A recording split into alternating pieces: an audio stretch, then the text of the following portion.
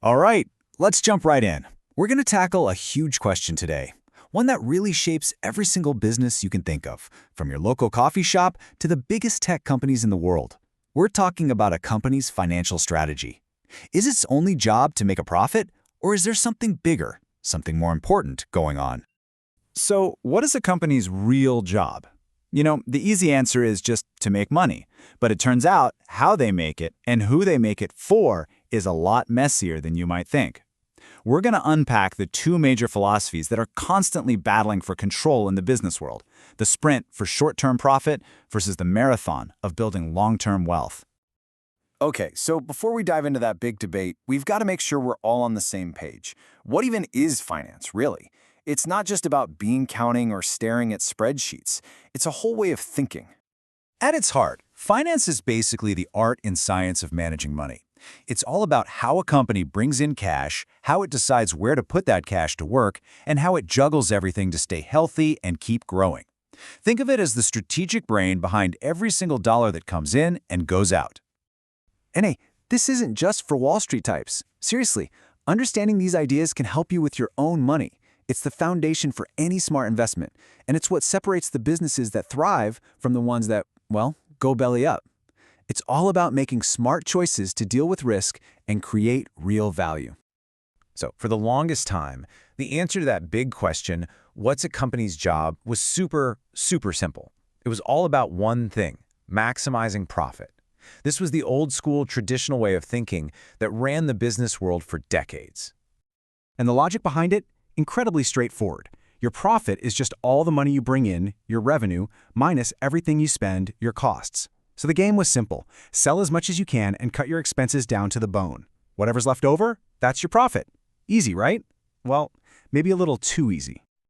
And this is exactly where that old model starts to show its cracks. See, when you only focus on profit, it's like being a farmer who tries to get one massive harvest by completely burning out the soil. It's just dangerously short-sighted. You cut research and development to save $1 today, and you kill your innovation for tomorrow. You underpay your workers, and morale goes down the drain. You end up ignoring pretty much everyone, your customers, your employees, even the planet, because none of them fit neatly into that simple little profit equation. So because of all those problems, a new, more modern approach started to take over. People realized the huge downsides of short-term thinking, and the entire world of financial strategy shifted to a much broader goal: maximizing wealth. So what does maximizing wealth actually mean? It's not about how much money you made this month or this quarter. No, it's about increasing the long-term value of the company for its owners, the shareholders, and that happens in two key ways. First, you make each share of the company more valuable over time, and second, you can pay out a slice of the profits directly to those owners as something called a dividend. It's all about playing the long game. And this brings us right back to our farming analogy. Instead of torching the soil for one good year, wealth maximization is all about carefully tending to that soil so you can have great harvests for years and years to come. It forces you to think long-term. A company that's worried about its share price 5 years from now has to care about its reputation, its employees' happiness, and its customers' loyalty. It has to invest in the future, because at the end of the day, happy customers and cool new products are what make a company's value go up. Okay, let's put these two ideas head to head. Profit maximization, that's all about the now. Wealth maximization is all about the future.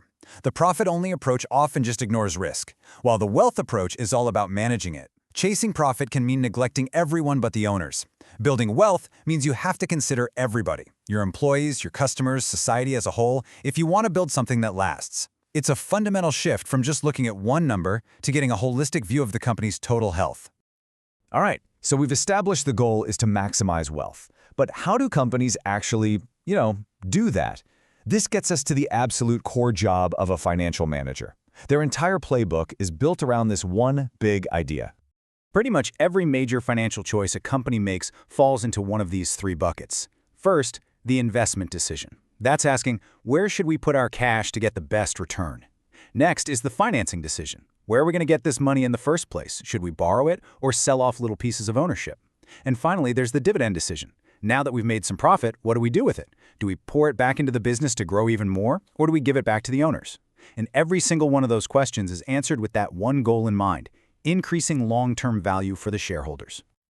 So let's zoom back out for a second. This whole debate, profit versus wealth, it isn't just some academic thing for business schools. This shift in thinking has massive, real-world consequences that affect all of us every single day. What we're really talking about here is a complete redefinition of what success even means for a business. A truly successful company can't just be a machine for extracting value for a little while.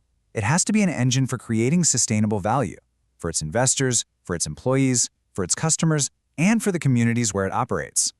And that leaves us with one last, really important question to think about. If that simple profit number isn't the ultimate report card anymore, then what is? How do we balance making money with being a good corporate citizen, with innovating for the future, and with creating long-term stability?